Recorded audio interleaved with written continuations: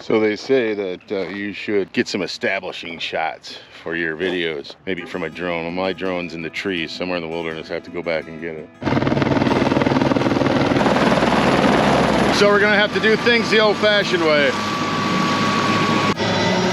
It's one of the most underappreciated areas of the Great Lakes. The east shore of Lake Superior is remote, sparse, and unpopulated. But for a spirited adventurer, it's an unforgiving paradise of natural beauty, unspoiled adventure, and unforgiving challenge. The Algoma District is one of my favorite places on the Great Lakes, and here are a few things you can do. You can get an outstanding overview of the Wawa and Lake Superior shore by hitching a ride with Blair, the owner of Wilderness Helicopters. Blair was pretty busy helping fight forest fires across Canada, but he fit us into the schedule. And for the first time, I was able to get a look at Helen Mine, where the first boat of Canadian iron ore was shipped to another Canadian port in July of 1900. The Helen Mine produced iron for 100 years and still has more to give, but international competition and high costs meant Helen became a ghost mine in 1998. Today you can still find snow at the bottom of the huge pits that mark the landscape.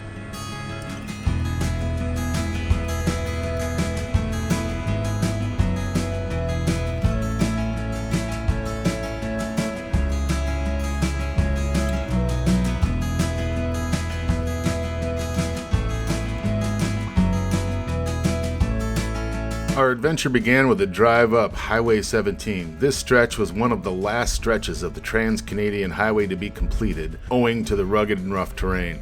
The difficulties in building this stretch reward travelers with some of the best views in the Great Lakes. And even though this stretch of Highway 17 is remote, there's still plenty of places to stop along the way. Chris's Cove. It's one of many views along Highway 17, just rugged coastline for 100 miles.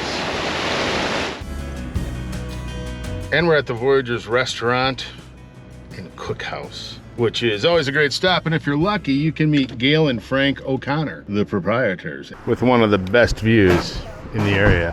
One place that's popular, and I even stopped here in the 80s, is Agawa Crafts and the Canadian Carver.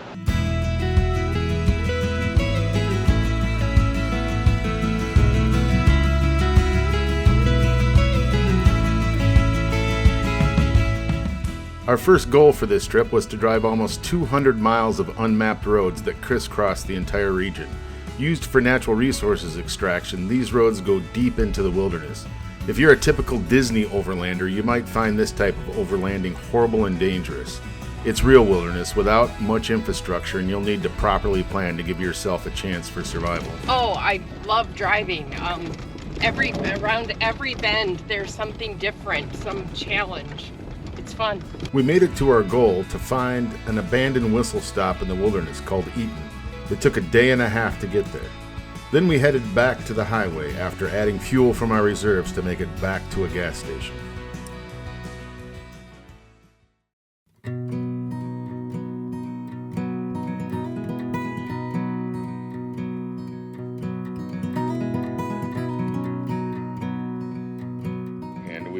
Found one campsite available at Rabbit Blanket Lake. Driving up north on the Trans-Canada Highway.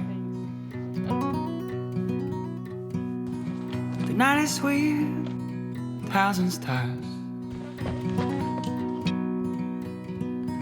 I'm driving up north on the Trans-Canada Highway. The night is sweet, 1,000 stars. Should I stay with you? I know.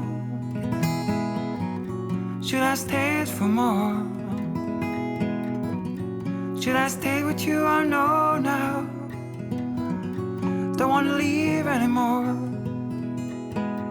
Want to build a home of love and light with you. I want to build a home.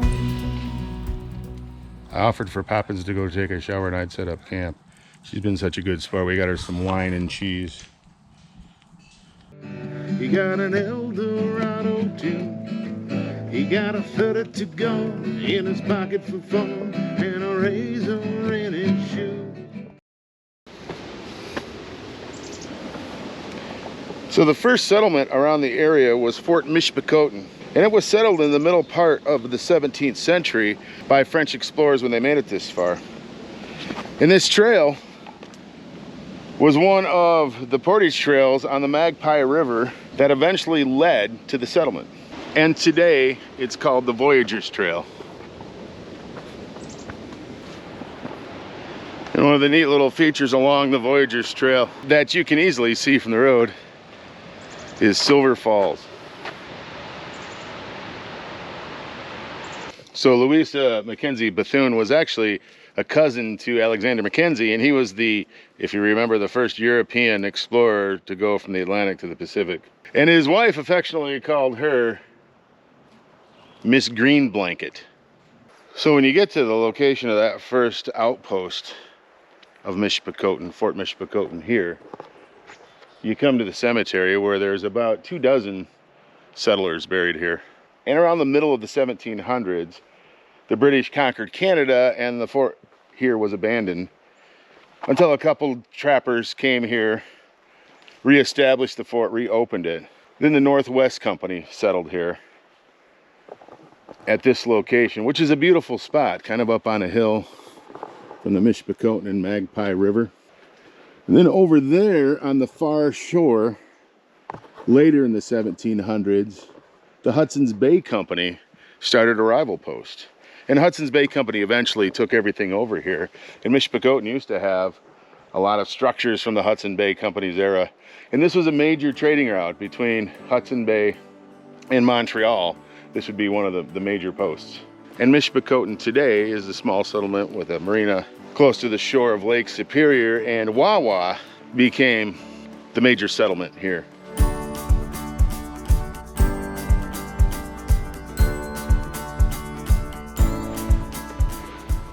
And this is Government Beach, close to the end of the road that we turned on. And Government Beach is named after Government Dock. There used to be a dock here because it was one of the few places that wasn't all rock, I guess, where they unloaded all the gear, supplies, and equipment that they needed to build the Canadian Northern Railway. And so they'd bring everything up on steamships, offload it here, and then take it overland or by river into the bush so that they can build the railroad. On your way to Wawa, you'll have a lot of points to stop at, a lot of scenic points, and that includes the Magpie Falls, the High Falls.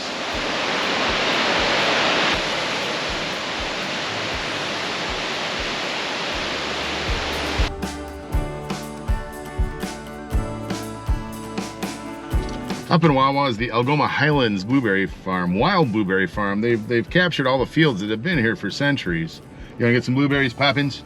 Actually, I already had some, but I don't want any more because then I would have maybe a situation.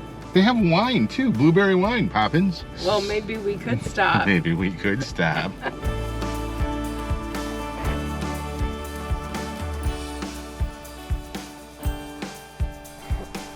So one of the nice beaches in the north end of the park is Old Woman Bay. You can see the towering cliffs that are pretty typical here. Apparently that cliff has the face of an old woman, and you can kind of see the nose in the face as it's looking a little bit up. I think that's why it's called Old Woman Bay, but I'm not sure. As you can see, it's a nice little sandy beach with lots of access, easy access from the road.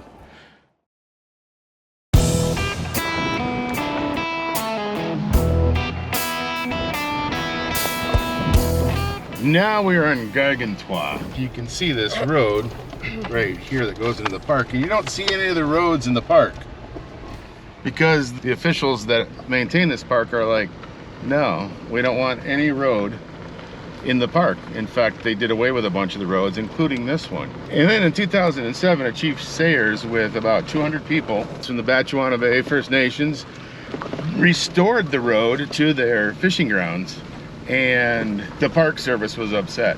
So 2008, they started a court case. And then in 2015, the courts finally decided that yes, in fact, you have rights on that property, so we're going to let you keep the road. Now the road goes back to Gargantua Harbor, which used to be one of their villages originally. And we're headed back there right now on about 14 kilometers of road.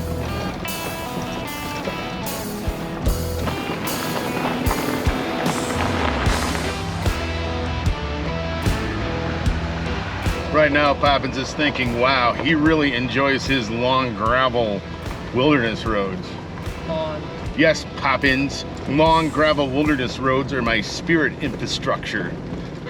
Running through the entire length of Lake Superior's Provincial Park is the Lake Superior Coastal Trail, which is it's pretty rugged. Gonna head down to Gargantua and see what we can find.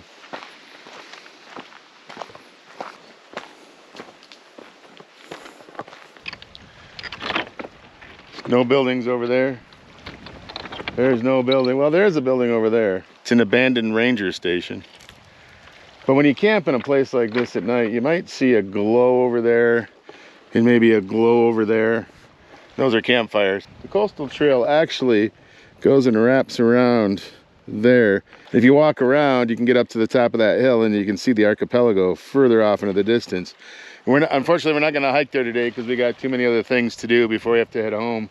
Point used to be a lighthouse. 1889, lighthouse was built, and it was ran by 3 generations of the same family, Mira's family. Yeah, Miran. That was changed in 1947 to an automated lighthouse, and now it's gone. It is so peaceful here. The water kissing the shoreline.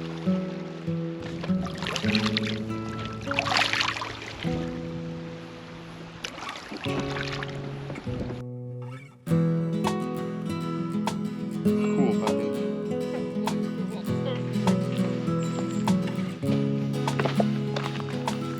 This chasm was filled with lava that turned into a basalt, and eventually that soft basalt washed away. And the basalt continued all the way down to Lake Superior. Eventually, when it eroded and disappeared, a little piece of granite fell over and got stuck, which is a pretty cool thing. This land is all Ojibwa land, and hundreds of years ago, the Iroquois started paddling their way toward the lakeshore. Mingoon, the Ojibwa chief of the region, he raised his arms and called on Mishapezu, who lashed his tail, thrashed it about, causing waves and wind, and the Iroquois all drowned. So Mingoon, the chief, came to this rock face to paint a warning to anyone who thought that they could come and overtake Ojibwa land. So basically what you're saying, Poppins, is Mingoon said, enter our territory, you die. Basically, yeah, that's pretty much cut and dry, the message on the rock. Because he's got a monster that can thrash its tail and destroy everything.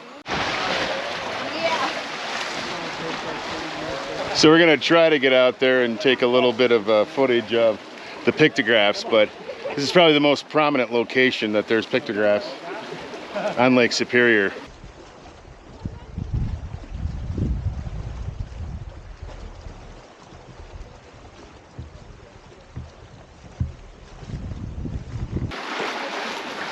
So in true Canadian tradition, you're kind of on your own, but they'll give you a little piece of chain link to hang on to. So the ochre, the red, is actually from a place called Devil's Warehouse, about 20 kilometers north of here. It's one of the first ones that you come to. And up here are the warnings from Mingoon. You can see the 4 canoes and then the symbol for each one of the tribes.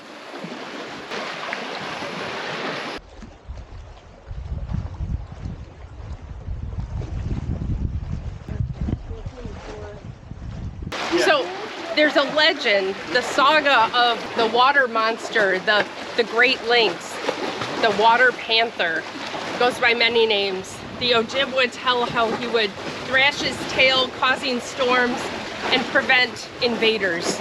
The Algoma district is not only fascinating, but it's rugged, it's kind of untamed, it's got the last vestiges of our culture from the early part of the 20th century and the middle of the 20th century.